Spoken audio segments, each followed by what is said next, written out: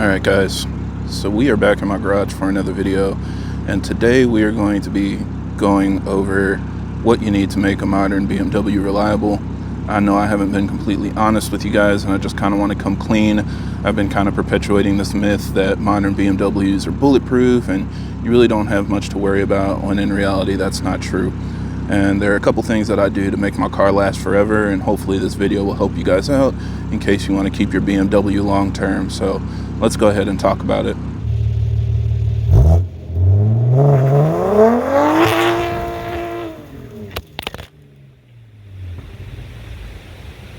Now, as always, for everybody that's new to the channel, I create these videos to help keep you updated on the latest developments in our community, as well as discuss technical topics so that we have a better understanding of how our engines work.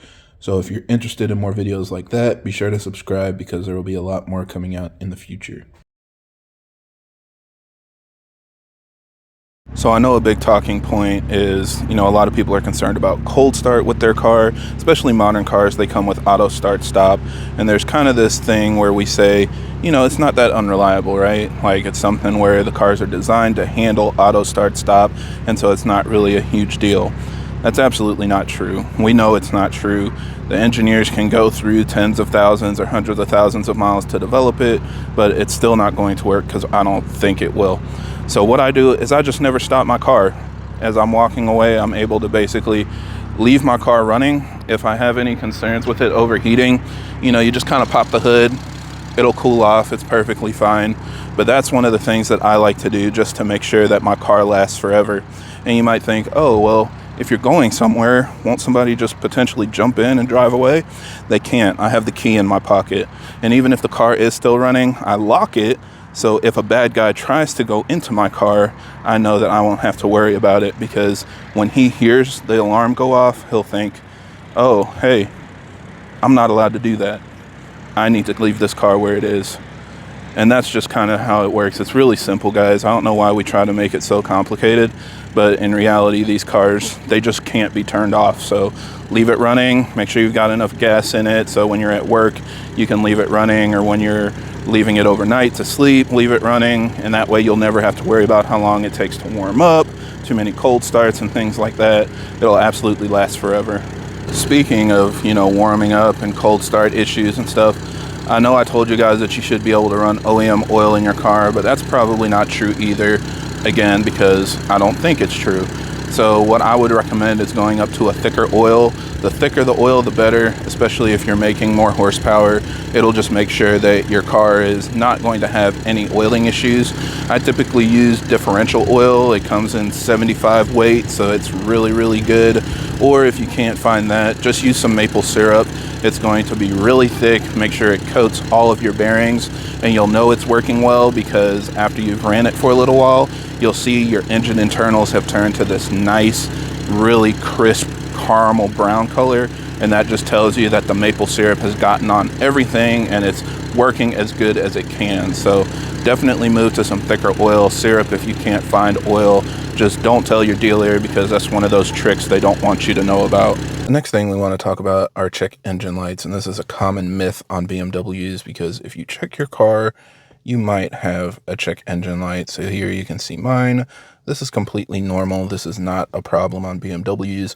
It's just a little bit different because it's a German car, and so they show this light to make sure the car is working. Now, if you have two check engine lights, that's when there might actually be a problem. So at that point, you might want to investigate what's going on. But if you only have one check engine light, just ignore it. I can guarantee you that's fine, because there are millions of BMWs driving around every day with these check engine lights on their car, and they're working just fine until they're not. So this is perfectly normal. It's just a way for you to spend more money at the dealership and have them charge you for diagnostics that you don't need. So another thing that a lot of people don't talk about is when you're making more power, you need to increase your stopping power. And BMWs are already really fast from the factory, but a lot of you guys like to tune them and make them even faster and faster and faster. Modern BMWs even come with Brembo brakes, which are pretty good, but as we all know, if it comes from the factory, it can't be good enough. Stock brakes, no matter how good they perform, need to be upgraded in order to make more performance. So on my car, I've decided to upgrade the brakes. I know they look stock here, but if you remove the wheel, you can actually see I've gone from Brembos to the new Wumbos, and these are massive. They are so big that I actually can't even fit wheels over them, and so they fixed a couple problems. Obviously, they stop a lot better, but also I don't have to worry about wearing out tires and things like that. This is all just a wheel cover optical illusion to make my car a sleeper, but in reality, I just drive on my brakes, so don't have to worry about wheel fitment, don't have to worry about replacing tires. I just drive on my brakes and everything works amazing. So I highly recommend upgrading to the new Wumbo brakes. You absolutely won't regret it. Now, the last thing that you need to remember is if all of that fails, you just need to follow the simple steps of problem solving. I actually learned this in engineering school, and there are 2 simple steps. So the first step is to turn the car off and turn it back on to see if the problem goes away. And that works a lot on BMWs, so you guys can try it for yourself. If it's doing anything weird, running rough or whatever, turn it off and turn it back on. If the problem goes away, it never existed. Don't worry about it. Now, if that doesn't work, the next step is to assign blame, because we need to make sure that nobody blames you for the issues that your car is having. So some common things that you can blame an issue on is your tuner. You can blame it on your TU pump. You can blame it on basically anything except for the last mod upgrade part that you replaced.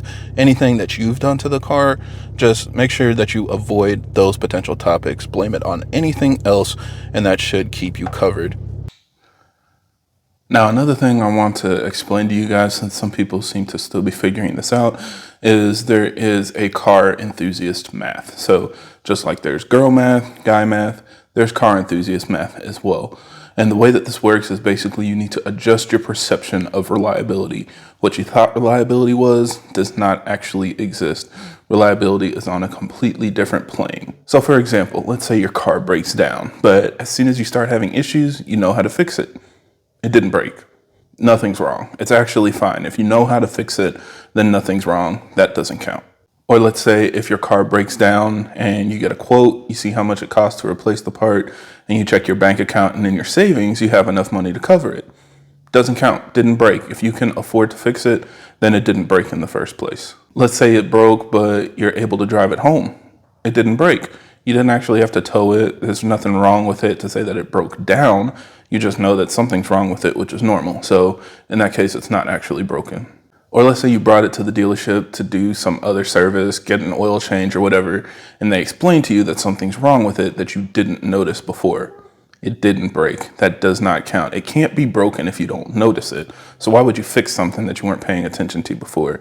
It's absolutely fine. Just tell the dealership, you'll probably fix it next time, and then next time never comes. So yeah, hopefully again, this answers all the questions you guys might have on how to deal with car reliability, especially for BMWs. I'm glad to get this all off my chest because I've been holding on to this for a long time. And of course, if you haven't been able to tell already, happy April Fool's Day. Hopefully you guys are enjoying it. I'll try to do this at least once a year. You guys know I've done this in the past, so hopefully you guys enjoyed this as much as I enjoyed making it. But yeah, I think that's it for this video. Thank you guys for watching, and I hope this helps. And if you have any other questions or comments, leave them down below.